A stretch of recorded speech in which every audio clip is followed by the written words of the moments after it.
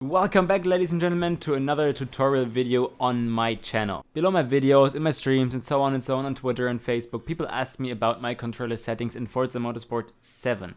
I never really thought to do a video about this on YouTube because normally controller settings in Forza Motorsport are not so important since they are just good from the beginning. Those standard settings work pretty well. But of course we can adjust them and we can probably tweak them to make some cars even better. So let's see what I did. So what do?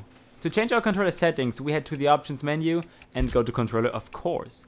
Then we are in this main menu of the controller settings. I'm using layout 1 and I switched handbrake and clutch so that I clutch on my A button, which is probably the best way to use your clutch if you're clutching on your own, guys. Do this so that you can just press X and A and B and A at the same time to shift up and down while using the clutch. So, after we change this, what are we doing? We're pressing the X button to head to the advanced controller settings. Now you see the standard ones, and the first option we see is the steering axis dead zone, inside and outside. So what am I doing? Normally I'm having a value between 0 and 5 for the inner dead zone. Right now I'm using 5, and for the outside dead zone it's 95 for me as well, and sometimes 100. You actually want to have a more comprehensible way to feel steering. That means the distance has to be longer. Because if it's short, if it's something like 40 to 70, your car is very twitchy, and every single input is like a 100% steering input. So you don't want to have this in normal cars. So if you're racing rear-wheel drive cars and so on, it's always good to have something like 0, 100 or 595. If you're using all-wheel drive cars, it happened to me that a value from like 15 to 80 or 85, something like this, also help because they are so understeery. That means you just want to have a very twitchy input in the beginning so that the car has just a better turn in. But this can also be personal preference for my steering style, so yeah, you really have to check this out. Normally I'm using something between 595. Which leads us to another very important option, the acceleration axis dead zone, inside and outside. So what am I doing here? Normally I'm using 0, 100. Okay, not normally, it's actually every time. I've never really changed this. Just like for the steering dead zone and the stick, it means the same for the acceleration dead zone.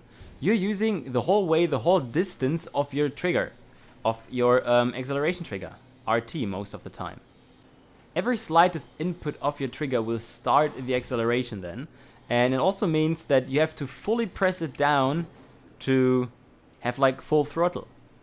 And in the end, this just means that you have the best control over your car when you use those values. The same goes to the deceleration dead zone. It's the same in my opinion. The deceleration dead zone is very important if you're driving without ABS. If you're using ABS, it actually doesn't really matter. But if you really need to watch out to not lock up your tires, I'd say 0, 100 is also the best way to use it. Which leads us to the clutch dead zone, which is not so important in my opinion, since we're just pressing one button when we are driving with a pad. If you're using a wheel with like a real clutch, then it's probably going to be more important.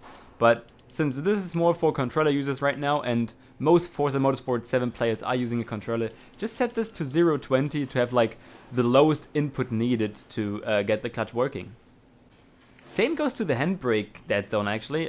I've never really changed it. I always used 10-100 since yeah, it's always worked pretty good, and yeah, there was no reason to actually change it. The last option we're able to change is the vibration scale. I always want to feel my car, I want to know what it does. So that's why I'm using the value of 100.